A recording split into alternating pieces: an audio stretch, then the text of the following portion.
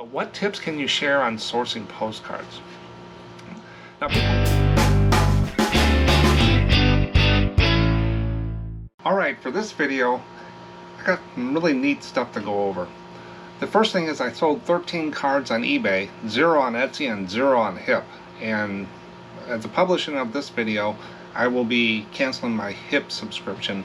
It's just not doing what I expected to do or what it's done in the past.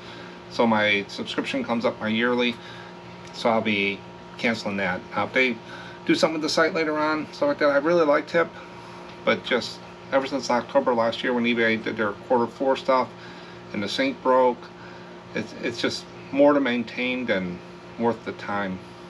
Some people do well on there.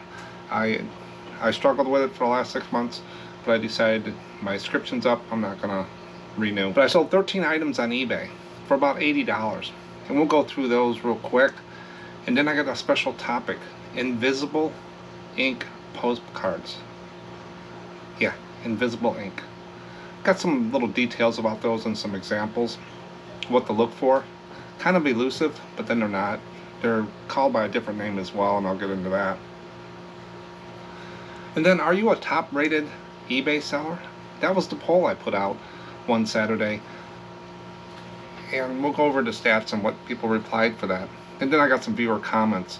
One of the comments that I have is, do you have any tips on sourcing postcards that you'd like to share?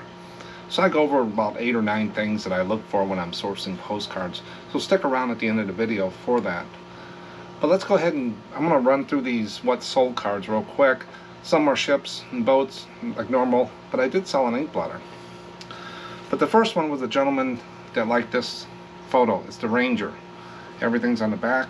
This will be shipped with a stamp and an envelope. It doesn't go eBay standard envelope, and that's sold. I did take a little discount for him because we're going back and forth. So that sold for $6.55 instead of $8.55. Then I sold the Coffee Pot Rock, Oak Creek Canyon. Coffee Pot Rock. Right there. I guess it looks like a coffee pot. $4.55. Then I sold a Waltzing Waters, Cape Coral Gardens, Cape Coral, Florida. Night Scene. Nice solid chrome card, unused. Next one is Hawaiian Poi. What is this? Poi pounding. They're pounding poi. A poi pounder. That's a tongue twister.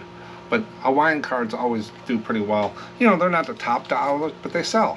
You put them up there for a good price, price them to sell, they're gonna go. Sold another photo. This is the Cleveland, USS Cleveland. It's a little longer than the other one, and that'll be shipped with a stamp and a label as well. Next one is Heart of New Orleans, Louisiana, linen card. It's not posted, they did do some writing on it, but that's a linen card of New Orleans.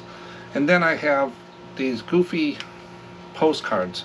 This is a series of postcards that I bought, and I broke them up so people can buy individual cards. And then one of my Whatnot auctions, I think the 27th of July, I'm actually auctioning off of the whole set, 1957 set, 60 cards, starting at $1 on the Whatnot auction. So if you're not following me on Whatnot, go out there and get the app, use the link in the description, and it'll give you $10 credit on Whatnot. It gives me $10 credit too, but I use it to buy postcards from other sellers to support them and my obsession. And then look for SMPostcards and then click follow. And there's all other postcard sellers out there as well you want to follow, and you can get some pretty good deals on there. And I'll go over some of that and how I source postcards. But this is, I'll be right over. This is a goofy postcard. I left it in here because it's a trading card. I don't want to mess up the paper, but that's the number of the card. So that's one. And then this one is like a little montage of different things. Card number 25 of the Goofy series. I've sold a good half dozen of those. I've got my money back out of the 60 cards that I broke up. So now just going forward is basically what they call profit in there. Then I'm starting to get into ink blotters. Now this is about a 9-inch ink blotter, and if you look on there, the lady isn't naked, but she has a bare bottom. But this was Wood & Myers truck line on there, and the back is clean. There's no ink on it. Usually you get ink, but they used these to blot the ink on the fountain pens back in the day, and there was a lot of advertisements. This sold for $16.55. I think I paid less than 50 cents for this. Now the problem I have is most of my postcards ship in this envelope, 6.5 by 4.5. And when I got into ink blotters, I didn't have any envelopes that would do the panoramic cards or anything. So eBay makes a envelope that's about 9 by 4. I wrote it on here. Let's see where I wrote it. 9 by 4.5 is this envelope, and this will fit right in there. So I double sleeve it. I use postcard sleeves. I put one this way and one this way, and then I put it in there. And these don't go eBay standard envelope, and for $16.55 I did charge them first class shipping for that. So that's how I'll ship those. And with my coupon for my store, I'm going to buy a box of those things. I only bought like 8 of them because I only had 8 of the longer ones. But I'm starting to get into those. There are not fast sellers, but you get a little bit more money than postcards on some good ink blotters. Then I sold St. Jude Chapel, Dallas, Texas. Chapel. Next one was Tombstone General Store. Tombstone touristy card. General Store. Unposted. Home card. $4 to $5. 2 left. Skyline of Lower Manhattan. Linen card. Right there. Lower Manhattan. And I sold a dam postcard. Of a dam. A dam postcard. Right there. So that's the dam. So people either work there, or they know about it and stuff like that. So that's a view card they all sold. And all those are 13 sold today for $80. My average sale price is staying up there, but the number of cards during this recession or the summer slowdown, I'm keeping my dollars kind of up there because I'm selling some higher priced items, but the number of cards have dipped. And the videos coming up, I'll show you another stats I had to show that dip of actual data from my store on the number of cards and how it dips down for the summer. So we're starting to see a trend. It dropped from April, May, June. There is a drop on the number of cards. Not the dollars. The dollars are kind of staying up there, not, you know, peak time, but enough to make it worth my while. But that's what's sold. Now I'm going to get into the special topic. And what is that? These are called invisible ink postcards. And I'm going to show you one before I go through the details and show you some other ones. What they are is there's different types of these things that were made, and this is one that's activated by heat. And if you look there, this is a postcard, and this would be invisible, but right now it's visible. It's older, and so it's coming out. But you're saying, what's going on there? They burned it. That's what happens, and I'll talk about that. So when they put heat on there, they recommend a flat iron, but they also put on the bottom, be careful, do not set on fire. But that's an invisible ink. When you add, it doesn't show, but when you add heat to it, this will show, and they sure did add heat on there. I don't know where I got this one. I must have got out of a lot on there, but sometimes these are hard to pick out because they don't show, so you want to look for those on there. Well, let me go through the details, and while I do that, I'm going to show you some examples of different ones here. Now, around the turn of the century, some postcards employed invisible ink in their production. And I've also seen them called hold to the heat postcards. And you'll see that in the search for the prices that I did. So they're called invisible ink or hold to the heat is what you want to search for. Invisible ink goes back more than 2,000 years and was used by the ancient Greeks and Romans.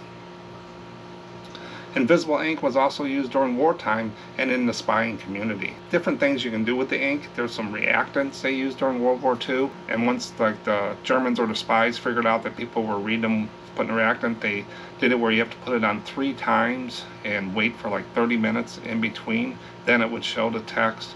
So they did a lot of innovative things with this invisible ink stuff in the wartime. Invisible ink tights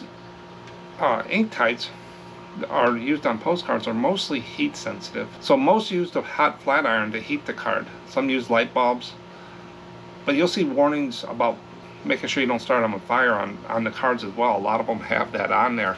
But just think about it, back in the days when some of these came out, they used candlelight. Not everybody had electricity in their house. So just like that card I showed, got a little bit too close to the heat. The ink used back then, without doing chemical analysis, this is what they say is probably what was used. The ink used were water-based solutions containing citrus, apple, onion juice, and vinegar. Once they dry on paper, they cannot be seen, but when heated, any one of these dried solutions will quickly oxidize and turn brown. So that's what they say was used, and that's what their best guess is. This method was also used on comic cards where the hidden visual acted as the punchline, and when heated it would show up. So you read the comic card and then you want the punchline, you heat it, and it would show you the joke. There's also wet with sponge postcards where this would allow the picture or words to be shown when wet.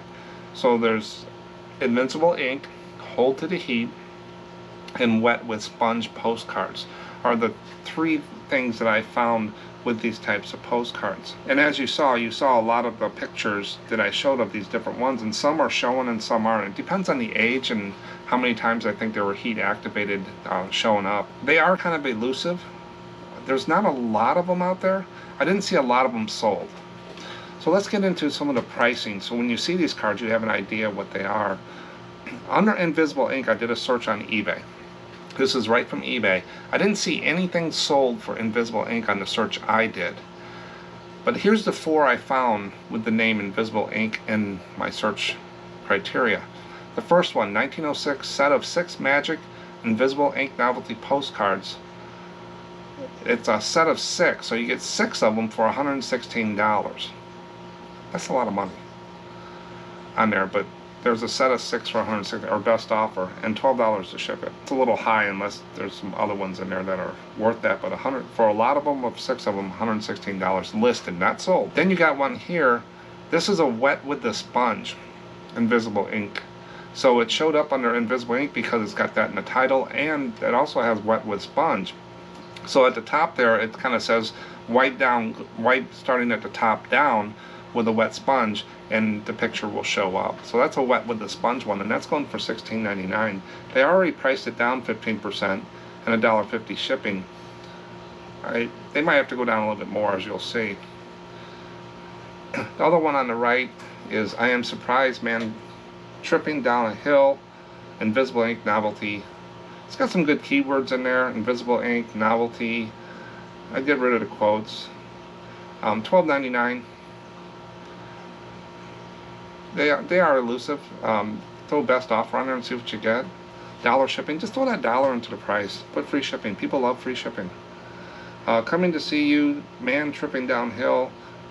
The title's the same on these two. Interesting. The first one is not a man tripping, so they messed up the title, it looks like. So $9.99 for the other one here, and it doesn't show up. These two look like they haven't been heat transferred a lot. So $9.99. So $15 is what they got these listed for, but there's no solds. I didn't find any solds for the word invisible ink. So what would you think? Are these going to sell or are they going to sit? Then I found Hold to the Heat. I found some more listed with the words Hold to the Heat. And as you can see here, the moon here is showing, but that's probably was invisible at one time. $4.95. The next one, Novelty, Hold to the Heat, $9.95. Another one, $4.71. So those other ones were listed high, up there in the 10 to 15, and these are going 4 to 6 is the average, I would say, here. And then you get over on the other side, and this is a kind of a neat one with a spotlight on there, and the guy shows up, so it's an older card. Hold to the Heat, $8.05, $8. So $4 to $8, and then another Hold to the Heat one, and the people are kind of showing there too, so it's been transferred a lot, $8.05. So it's the same seller.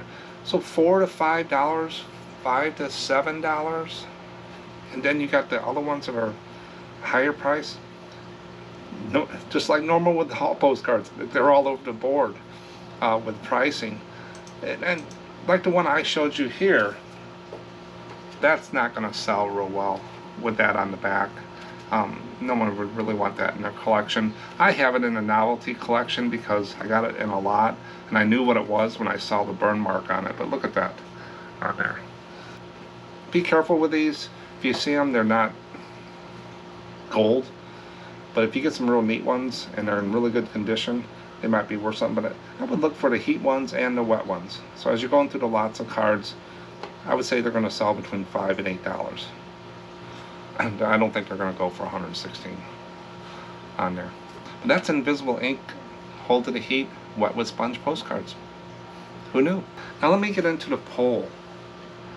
Now the polls go out on Saturday mornings, little community tab on the channel, and I send one out about 8 or 9 o'clock on Saturday. They're all scheduled out ahead of time. And this one I sent out was, are you an eBay top rated seller? I want to know how many sellers that watch the channel are in the top rated program. I would say before eBay standard envelope, I don't think there'd be as many as they are now, because everybody's making it because they're getting tracking numbers with the eBay standard envelope. And if you haven't watched my video, I'm doing a series every month on tracking since I sell a lot on eBay, I can do 100 postcards random out of all the ones. I sell more than 100 a month, but I pick 100 random ones and I check the scans. I check for origin. Well, I created the label, so that's 100%. I check the origin scan, the destination scan, out for delivery, and delivered, and how many, and what state it went to, and how many average days it took to get there. So I'm tracking that every month, and I'm doing a video, a short 10-minute video that goes up about that night. In June, eBay actually hit 100% on out for delivery and delivered. That's a milestone for them. But you'll see the stats and be able to track it. I wonder how this is going to do during the holidays when the mailing starts getting big. We're going to see the average days go up, I bet. But there's some good information there, and it's a quick video. I kind of go through a little spiel about how it works, but check those out as they come out. Make sure you're subscribed and hit that notification so when I put those up, you'll get the updated information. So with this poll, are you a top-rated eBay seller? 73% said yes, 21% said no, and 6% said was at one time. The criteria for that, you got to sell so many items, you got to have tracking on time and stuff like that, and that's the big one for postcard sellers. So we used to put them in a stamp and a label, and it didn't have tracking. Now with the eBay standard envelope, we do have something. Does top-rated seller really give you a lot? Not really. The percentages dropped a couple of years ago to what it was before. So the dollar, it gives you a little cut. But just having it at that level, I think, is more of a status to say, hey, I'm doing I'm one level above one standard, so if I screw up, I can drop to one standard before I go to below standard. But I did lose top-rated seller one month. I think it was March or April. I lost it because I was selling a lot of these photos. And those label covers, I listed them and I was just selling them like crazy, and they didn't have a tracking number, so I did go down. But the next month I went right back up, and now the covers, the naval ship covers, the one with the canceled and the stamps on them, can go eBay standard envelope. So I'm up to like 97% tracking. So you have to be above 95%, I think. But that's what caused me to have that problem. And I had a video about me losing right here, eBay standard envelope, why it was my fault. But I took the chance. It didn't really bother me. I didn't have top-rated seller for many years because there was no eBay standard envelope, no tracking, and I wasn't gonna. The cards I sell just don't sell when I ship them for $3 to $4 with first class. But I got some comments on this one too. Julie Flicker said, I work really hard to maintain it too. Yeah, once you get it, you want to hold on to it. It's a badge of honor on there, and I understand the effort to make sure that you're shipping out on time and stuff like that. Thanks, Julie. Now, C Delights, he says, I am top rated, but do not offer one-day shipping. He works a full-time job, so while most items do get shipped out the next day, I cannot guarantee them. The next one is, thanks, C Delights, for the thing. I'm Colton. So, I'm Colton. I'm like 30 sales from it, just started out. Yes, you're going to reach your milestone. 30 sales is nothing. Just throw some on sale, you'll get there. And then when they evaluate you, keep it going, but that's a milestone. And list your first postcard, you're a veteran. Thanks, I am Colton. Then Kelly said, just moved to TRS this month thanks to eBay Standard Envelope. Kelly said he's doing pretty good with eBay Standard Envelope on there, and I like it. It's print, peel and stick. It's so easy, and you do get some kind of tracking. But watch my stat videos. It'll tell you how it's doing. Some people don't want to use it, and they still want to stay with first class shipping. That's your prerogative, but my card's going to sell over your cards because my shipping's only 53 cents. Your shipping's $4. So if they're buying by price, that's what your competition is using. So you got to change sometimes on things. Stephen Holton said, "Yeah, I am." So he's top rated, and they try to get me to be top rated plus, but I won't guarantee one-day shipping because you never know what may happen or come up to mess that up. I try to ship everything the same day, but it doesn't always happen. 1 to 2 days is fine. If people that wait ship only once a week, they might have some medical issues or family things. They can only do that, but people are not going to buy over a competitor with the same card that ships out every day or 1 or 2 days. That's the competition on there. Then Loader to Pies, I cannot offer tracking. I think that's why they are not giving it to me. I put that in there because I'm not understanding why can't you offer tracking. I guess I need a little bit more information. If you use eBay standard envelope, you have tracking. If you're doing it with just a stamp and a label, you're not. So why the question is, why aren't you using eBay standard envelope now for postcards? So we just need a little information there. It could be a reason. I can't think of one on there. But that's eBay standard, eBay top rated seller poll. So 73% of the people are now top rated. So your competition is up there. And if you're not, they say it does put you up in search. I can't confirm that. All that algorithm conspiracy theory stuff, it could put you on the top page above the people that are not top rated, stuff like that. And there's a few other little perks. If you look up help for top rated seller, you read about it. But I don't lose sleep if I lose it or gain it. So now there's top rated seller. That's for a seller. That means I'm top rated. Top rated seller plus is the package, is the item. So your item will show top rated plus the seller is top rated. And when you're plus, that means, like Stephen said here, you ship out 1 day. I think you got to have 30-day returns. There's some criteria out there you can look. And I hate quoting that stuff because they do change it every once in a while. But top rated is something to shoot for. Just keep taking those steps, those milestones. Get up with your competition. If 73% of the people are doing it, that's might be a best practice, is to get top rated. Polls. Who knew? Viewer comments. These comments coming from email, just everywhere and stuff like this. This time I pulled them, I didn't grab the username. But the first question I got, and I thought about this, and I came up with 10 items that I had to think about it because I do it all the time. But what tips can you share on sourcing postcards? Now, people new to reselling, sourcing means you're out looking for products to resell, looking for products at a lower price that you can flip and make a profit on. That's what sourcing to me is. My first thing that I think about when I'm sourcing postcards is buy low. You want to buy it for the lowest price possible. You want to make sure you're not lowballing stuff and everybody gets to know that you're lowball Larry. But you want to buy as low as possible because that way you can flip it and make more profit. That's what we do. And there's nothing wrong with that. If people don't know what they have and didn't do the research, shame on them. I'm still going to buy it low. So you always want to look for the lowest price, but you want to make sure you're getting value.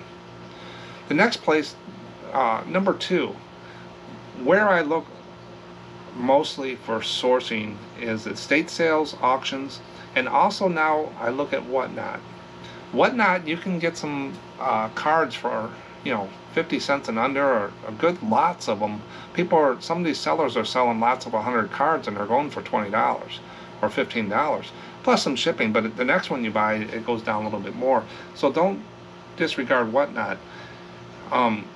Most of the cards in estate sales and sometimes auctions and sometimes Whatnot, I find that they have a higher probability of not being picked through on there. If you're looking at eBay for postcards and someone has a nice lot up there, sometimes they'll just put all the nice cards on top of it and then you got all the greeting cards underneath.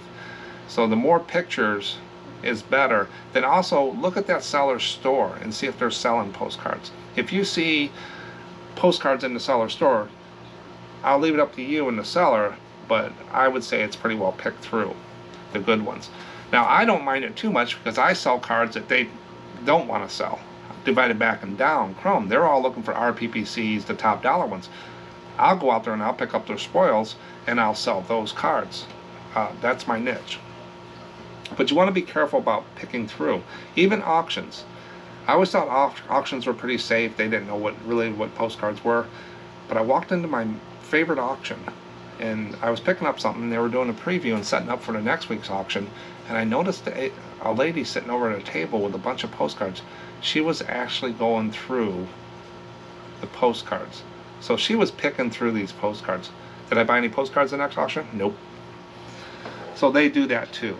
So the auctioneer allowed someone to sit there and pick through the postcards before he put them up. I don't know if this person was selling consignment at the auction or whatever, but she had like 2 stacks. The one on the stack she was pulling from, and then one on the left that I think she was putting in the auction, and then probably the one on the right that she was keeping.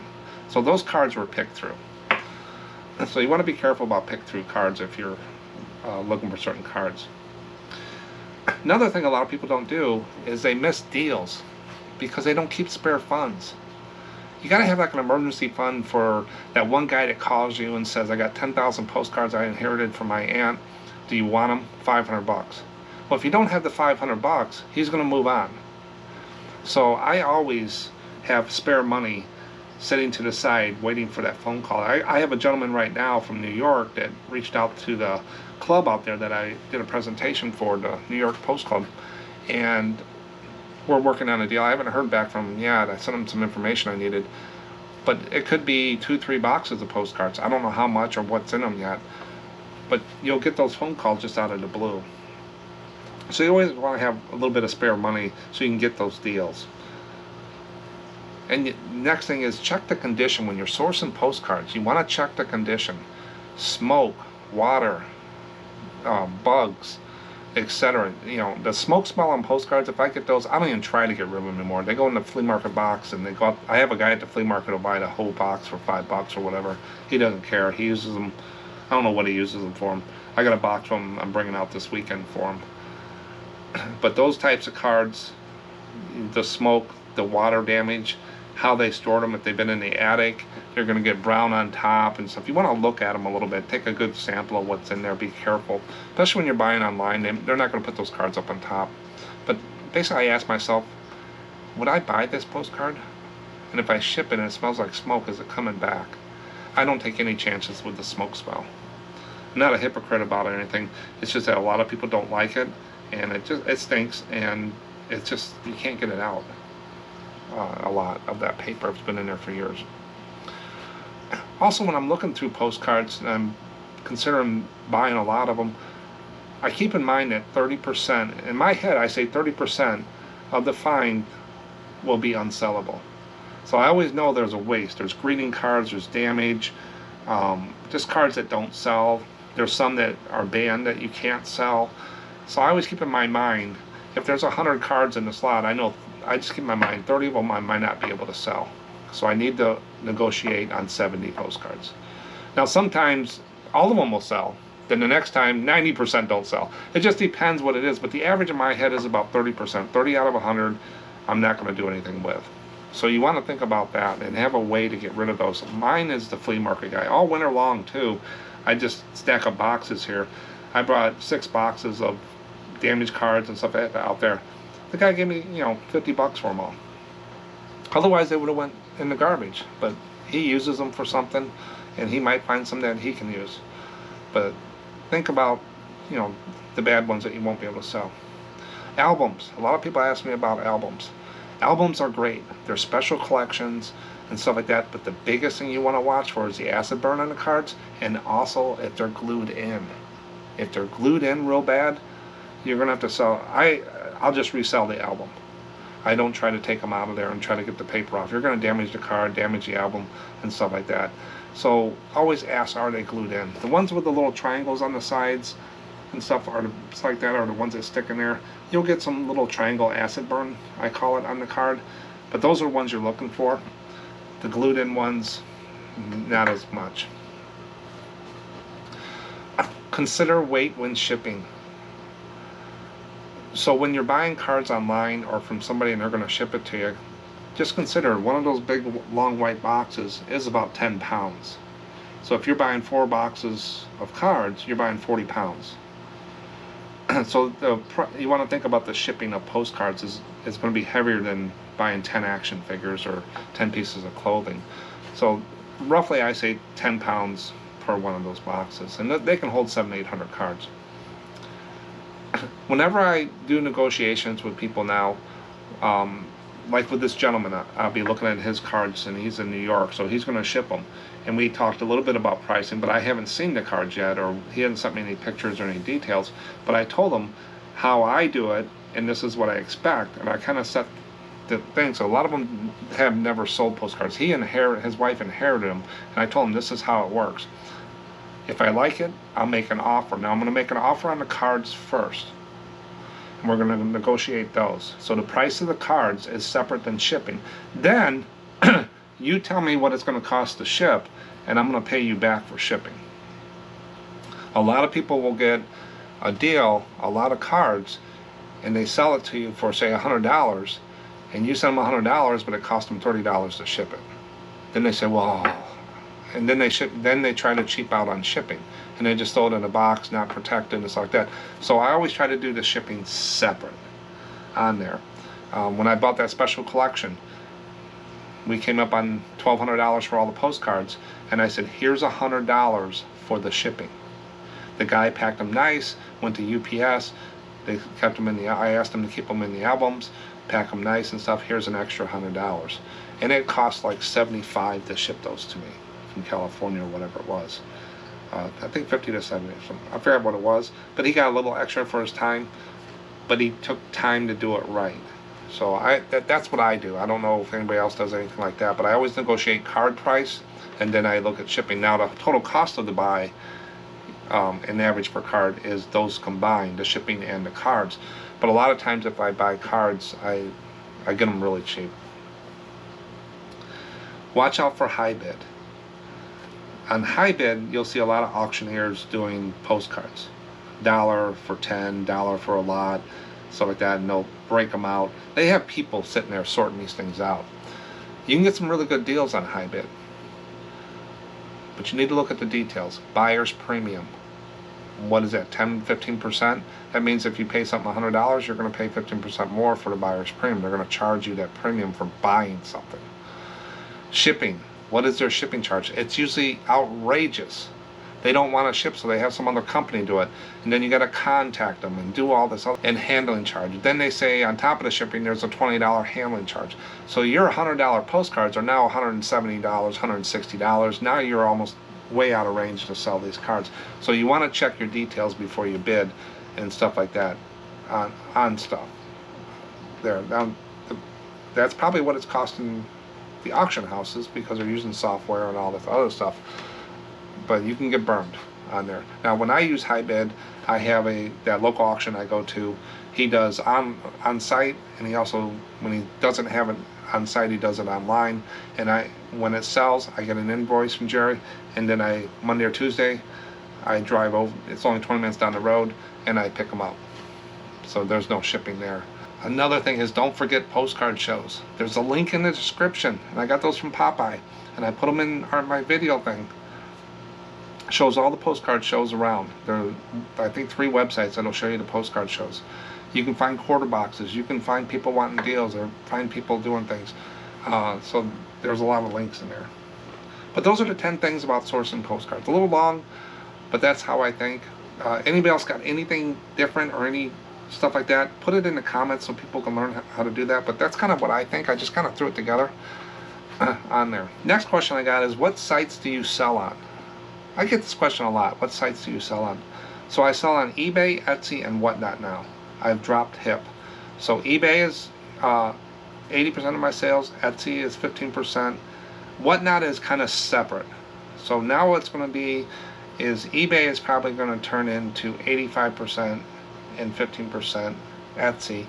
Whatnot, I can't really put that into my other online figures because it's an auction type thing and it would just throw everything up in the air and stuff like that. But Whatnot, I'm 2 to 3 auctions a month, make more than I did on HIP on there. But Etsy and eBay. So eBay is the main thing I focus on. Etsy is the second, and then Whatnot a couple times a month. Mercari, Poshmark, nope. There's nothing there for me. They require their labels and stuff. It's maybe a postcard lot or something, but it's not worth my time to do Mercari or Poshmark. HIP, I just canceled. The sync they broke back then. I'm just not a fan of cross-posting without that. HIP's cross-posting sync was flawless basically for years. It sold on eBay, it took off HIP. It sold on HIP, it took off eBay. Quantity, everything was fine. Very easy to manage. I'm just not a fan of it. And now you have to go in there manually take it down and stuff. The only reason I stayed is I was hoping that they'd fix the sync, and I was hoping that sales go up, but it's going down and the sync is still broke. So yeah, that's one of the main reasons. I don't want to manage that. All my listings on Etsy are separate than eBay. So if I sell something on either site, I don't have to go chase that down. That's not what I want to do. I'm not a fan of that at all. I'm not a fan of cross-posting software that does all that. I don't trust it. There's too many changes on these platforms, and one change can break all of that stuff. And then you're sitting there spending hours and hours figuring out why something's sold and you don't have it anymore. And to me, it's a fad. And I'll stand hard on that one. Bonanza, not worth my time. Traffic is way too low. Even though it syncs with eBay, it's not worth turning my head looking at that site. There's no money there. Delcamp is more foreign. If I had a lot of foreign cards and stuff like that, I'd probably do it. But there is a fee to do that. I didn't really look into it. I did one time, long time ago, but it was a little cryptic. But it's been around. It's got a lot of cards, stamps, and stuff on there. But Delcamp, I don't do. Facebook, heck no. What a mess. That's like the Wild Wild West. Facebook Marketplace I gave up years ago. I don't even really buy on Facebook. The people just seem to be more rude and stuff like that on there. Amazon, no way. Nothing for me there. Shopify, nope. I'm not going to put everything over to Shopify and have to market my own stuff and manage all the marketing and all these little apps and all these syncs and all that. It's not worth it on there. And some people say, well, what would you do if eBay went away? Everybody's going to go somewhere. If eBay went away tomorrow, there would be something else that everybody would migrate. It might take a month or two, but people would migrate. Everybody would follow. It's not going away. Am I going to run over to Shopify thinking that eBay is going to fail tomorrow? No. I don't get caught up with that stuff. But eBay, Etsy, and Whatnot is what I sell on. 3 sites is my goal, and that's what I do. So if anybody's got any other postcard sites that people sell on, put it down in the bottom. But that's my list in my head that I know of. I might be missing 1 or 2, but those are my reasons. And that's another thing that people are passionate about is their site loyalty on there. And so I'll probably get a few comments about that. But that's how I think, and that's what this channel is about, is me putting recommendations out, then you guys come up with what you do, and we come up with some best practices, or people pick stuff out. But those invisible ink cards are really neat. They're kind of elusive, kind of not as pricey as I thought they would be. They are out there. If you see them, you know, you can probably put them up, and I don't think they're fast sellers, but they will sell. But there's also ones that sell better, and they sell for a little bit more money and consistently, and those are hold to the light postcards. Those are ones where you get a postcard and you hold a light behind it, and it has like a 2-ply 3-section card, and the light will show through the windows of the church or the fire and stuff like that, or Christmas. Those are very desirable, the ones that are ornate and older. So check out that video about hold the light postcards. Tells you a little bit about them and go over the pricing like normal. That's all I got for today. Thanks for watching. Good luck out there, and I'll catch you in the next one.